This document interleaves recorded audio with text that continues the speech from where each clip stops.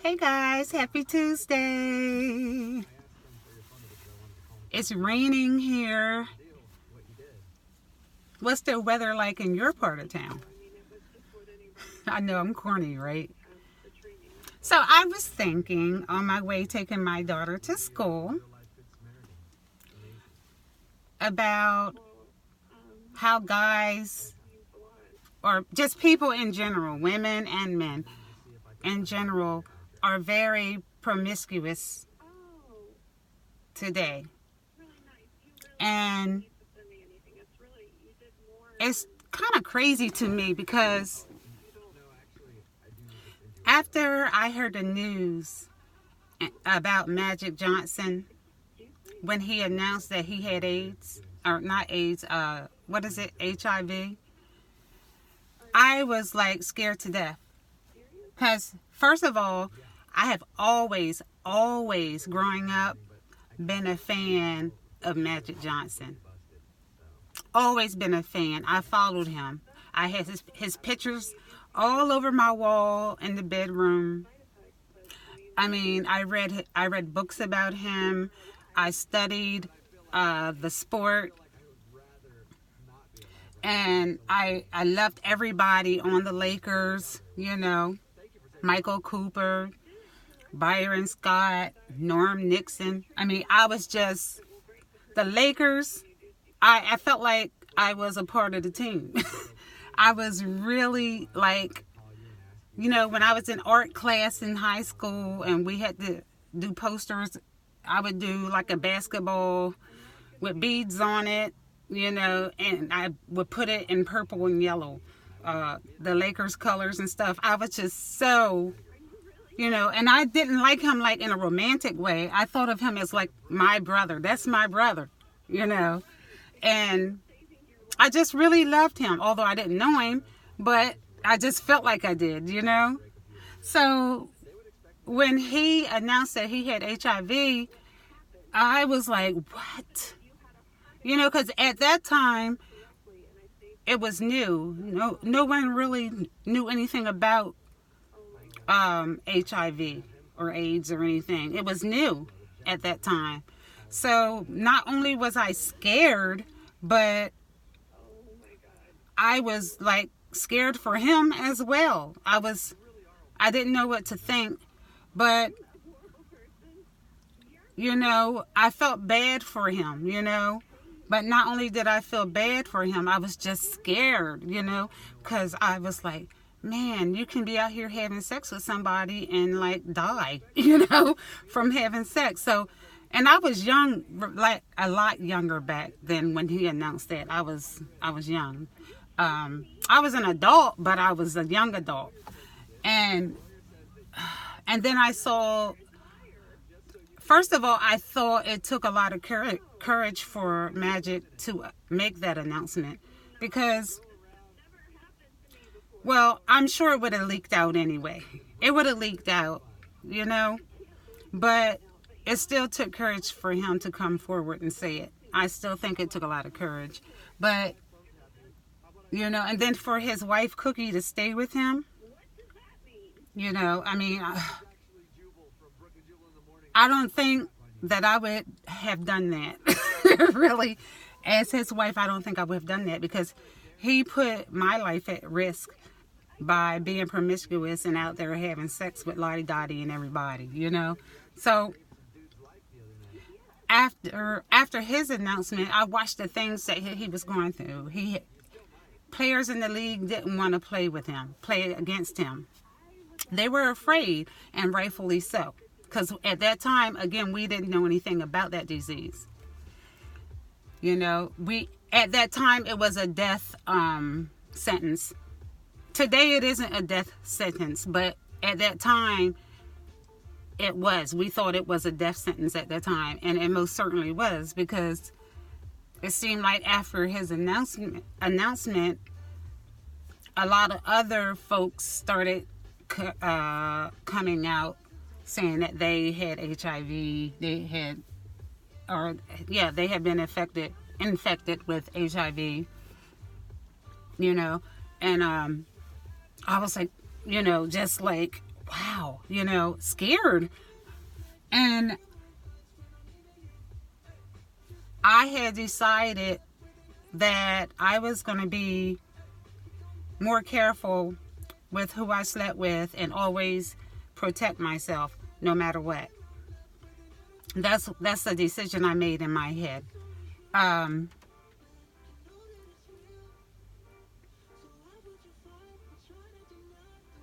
and I wasn't very sexually active at that time. But, if I did have sex, I was like, I'm going to protect me. And today, I'm single and I'm dating and stuff. And it seems like nobody really cares what they get. I've even had guys say, you gotta go some type of way. You gotta die some type of way or from something. And I'm like, really? And I was spending time with a guy last night. I let him come over to see me. And, I had a couple of beers and stuff. And actually, it was my first time spending time with this guy. He's not my type. I'm not really interested. But I was bored and I rarely ever have company. So I told him he could come over. He's a short, fat guy, which is totally not my type. But sometimes my type isn't good for me most of the time. So I let him come over, and I had a few beers and I became talkative. And he wanted to have sex. And he kept asking me over and over. That's when I should have showed him the door. But I had an agenda. So it hasn't been met at that point. So I let him continue to talk crap, And when he figured out that sex wasn't going to happen, he got up and left. Which is fine because, it is. I didn't have any feelings here or there about him. I just knew that I wasn't interested in him romantically. But as far as hanging out, it was all right. So I just figured we'd hang out and watch one of Denzel Washington's gangster movies. I forgot what it's called. But yeah, he when he was asking me for sex, he didn't say anything about a condom. I had the feeling that he was willing to have sex with me without a condom. I could tell the way, because he was coming out of his clothes and stuff as if he knew he was going to have sex. Not with me. But anyway, he didn't reach for a condom or nothing. I'm sitting on my couch watching him take his clothes off. But, and I didn't tell him that we were going to have sex. I guess he just assumed, people. This is 2019, Oh my God, it's so many STDs out here. So many. So many. It's easy to contract just about damn near anything nowadays. You can go to the grocery store and push the cart around and